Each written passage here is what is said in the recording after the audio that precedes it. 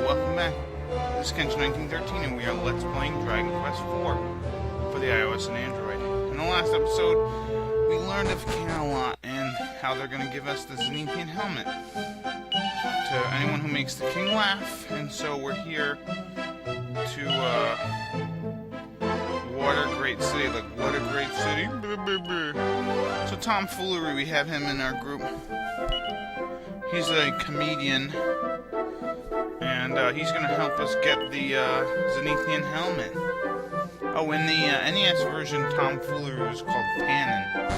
P-A-N-O-N, I think it was called. And yeah, a lot of people talk about how he's such a great fighter. And, you know what?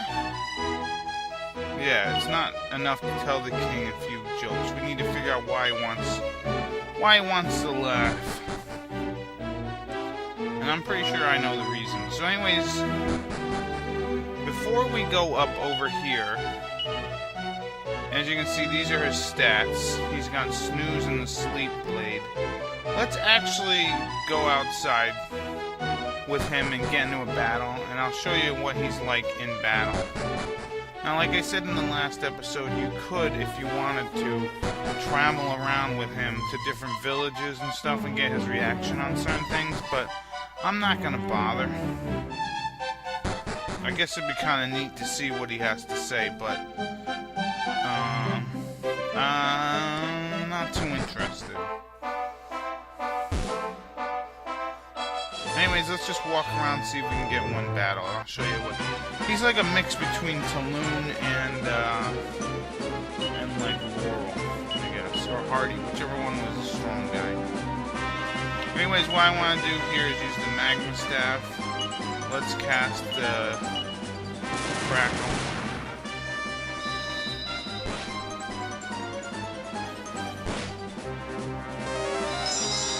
And there we go.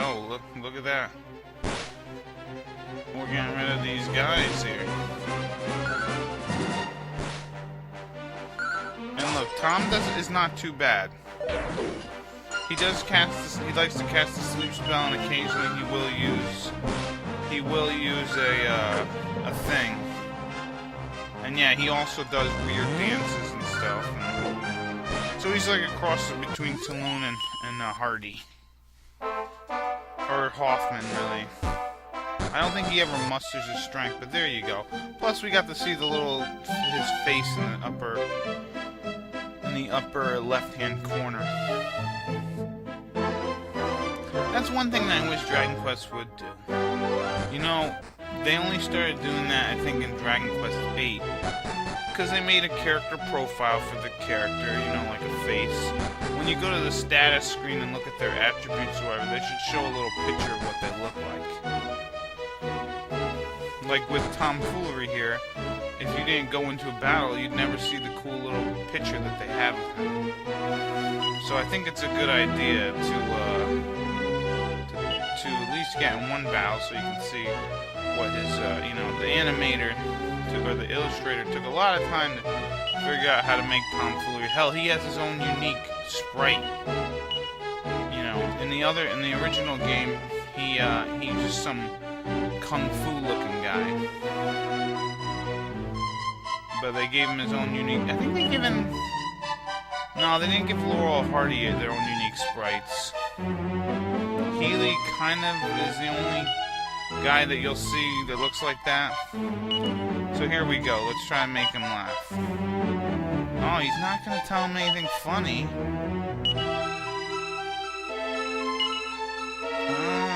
Yeah, you should probably hand over the Zenithian Helmet, because if we get what we need to get done, you'll be laughing forever and ever. Yeah. So the reason why he had this contest is he wanted to get all these funny people in town to try and raise the town's spirits. But apparently it didn't work as well. And apparently Tom Foolery's been able to get us the Zenithian Helm, which shows that even though he's a comedian, he actually has a serious side to him too. So the Zenithian Helm will boost our defense by 5. So it's a little better than the Iron Mask. It's probably one of his one of the second best weapon, because I think we get Metal King Helmet in this game.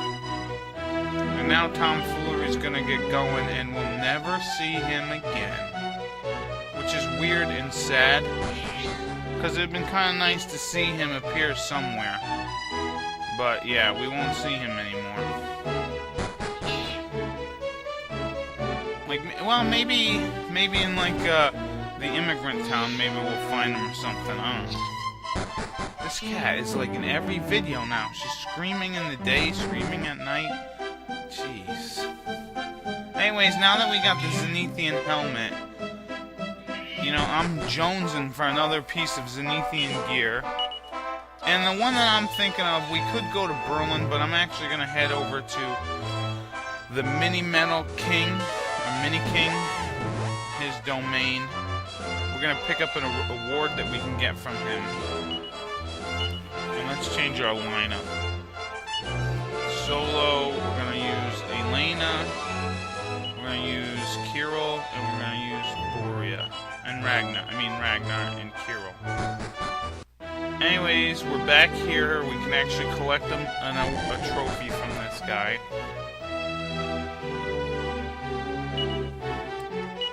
And we have up to 15, so we'll get a strength ring. Right now we have 16, so we need 20 in order to get Ruby of Protection. So what does the strength ring do? Well, it does what you think it does. It brings up your strength a little bit. But actually, let me put some of this stuff away here. And the strength wing brings up your strength by 8. I'm going to give it a solo. And I'm going to rest at the inn, because we're going to head to a new area.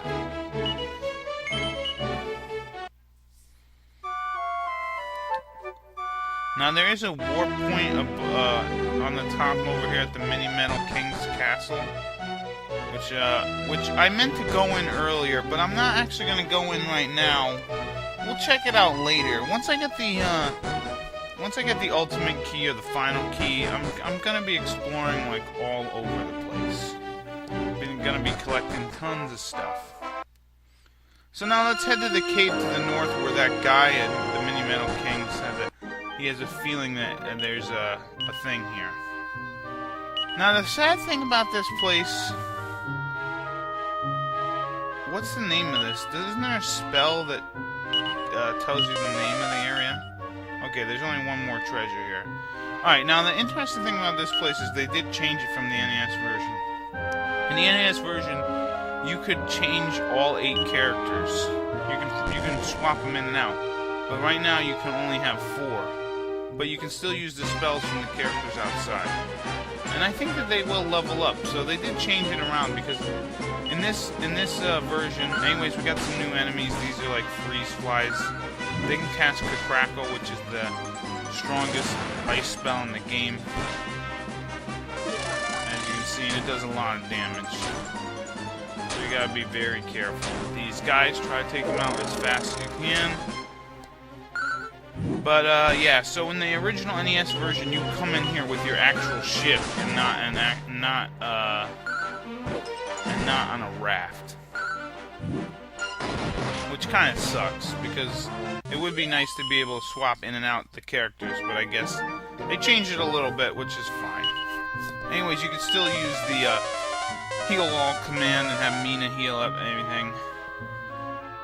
So there's one treasure over here, and there it is. Let's grab it. Now this cave is actually very tough, and you probably shouldn't come in here until a little later, but I'm coming in here now. I'm going to test my luck. Ah, here's a new enemy, Dragon Rider. These guys have 2 attacks. One the dragon can do, and one the rider can do. Which makes sense. But it does suck that he gets attacked twice. That breath attack is pretty nasty. Hopefully we can just beat him. And he'll die. There we go. Wonderful. You might want to heal up after every battle. Especially if you're coming in here a little too early. I'm not going to bother. Now, is that the one treasure that we're going to find here? Or is he only doing it for smelling for each area? No, I think he does it for each floor. So I'm not worried. Oh, we got another freeze fly. I'm actually going to show a lot of battles here just because, or at least most of the battles, because I want to show off there's one enemy in here that is highly susceptible to the thwack spell, or whack, or whatever. And I want to show him off because he actually summons a bunch of his buddies. He's called a Tiki Mask or something. And you can use that spell and kill off one or two, kill off a group of them, and then they summon more of them. And so this is a terrific place to level up. And so yeah, we got a couple more freeze flies. And that spell, it really, really hurts.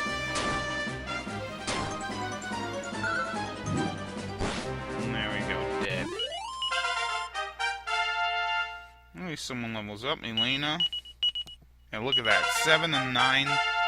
She's so fast and so strong, it's unbelievable.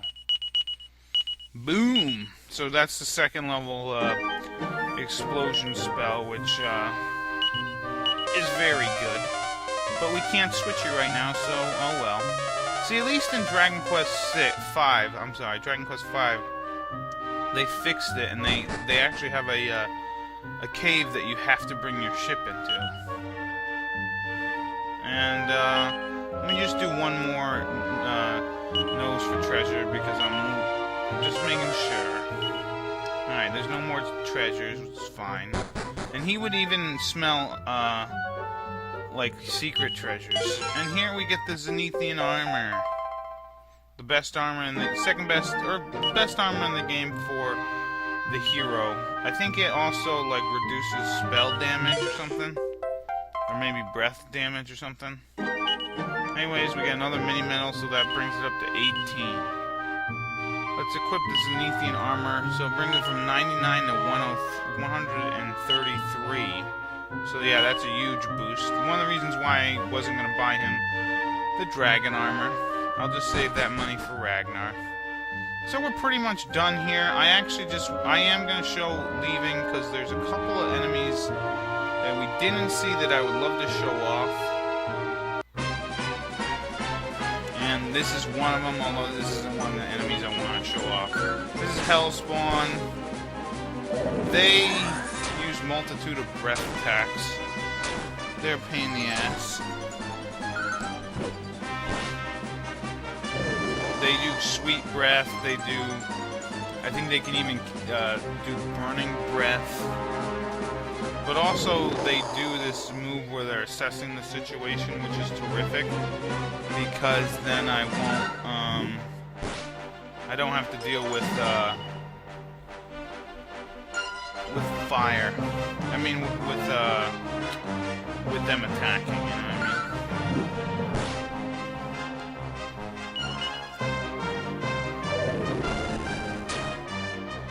Hey, coughing up, blah, blah, blah, blah, blah, blah, blah.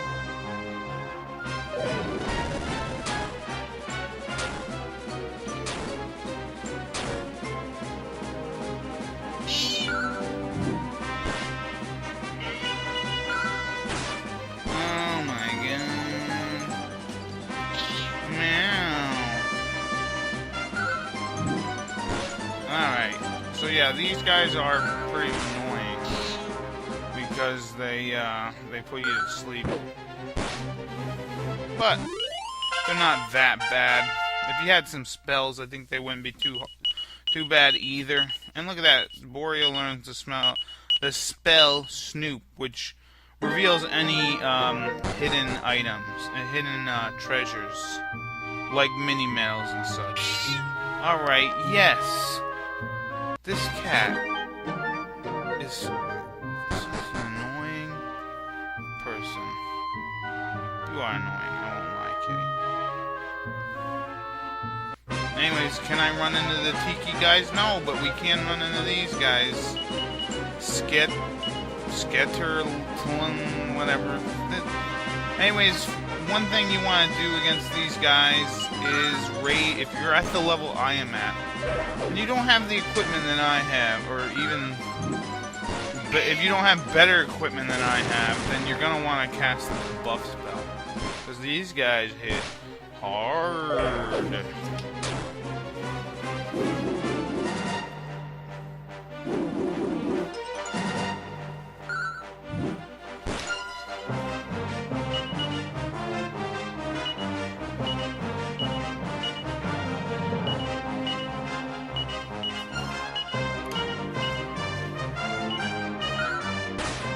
Yeah, so these guys like to use the sleep blade,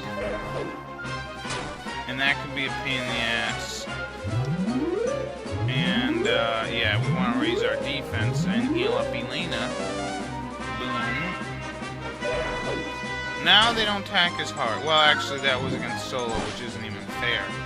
Since he's got 2 pieces of the Zenithian Armor on. Yeah, and that Dream Blade, it does work, but apparently not too much on us. But yeah, you definitely want to cast a buff. Or buff if you've got it. And raise your party members' defense, because these guys hit pretty hard. They still attack pretty hard. 187. Yay!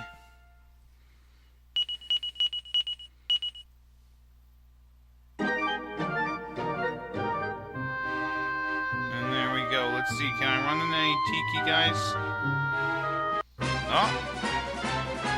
No, but we run into some sea creatures and a dragon rider. So let's heal up Elena.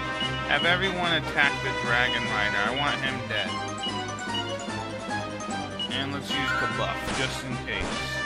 Now these big sea monster Nessie looking lady guys, whatever, why did I give them a gender? Anyways, these Nessie looking creatures, they are, they've got a crap ton of HP, like 400 HP. That's the only thing that makes them difficult. I don't think they cast any spells. I don't know if they're susceptible to anything. I just know they have a ton of HP, and I know that I want to kill this Dragon Rider because I don't want him using any breath attacks. Yeah, I think these guys got like 450 HP or something. They got a ton.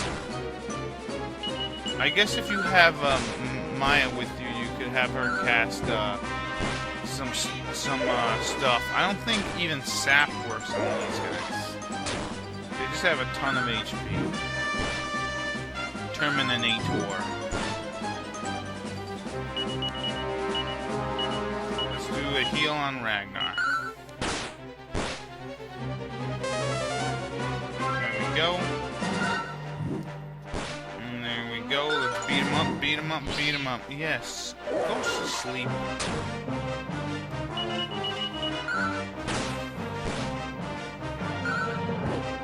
Yeah, so that Magma Staff isn't too bad attack-wise power.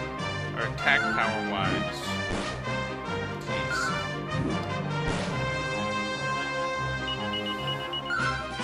So yeah, these guys do take a while to beat. There we go.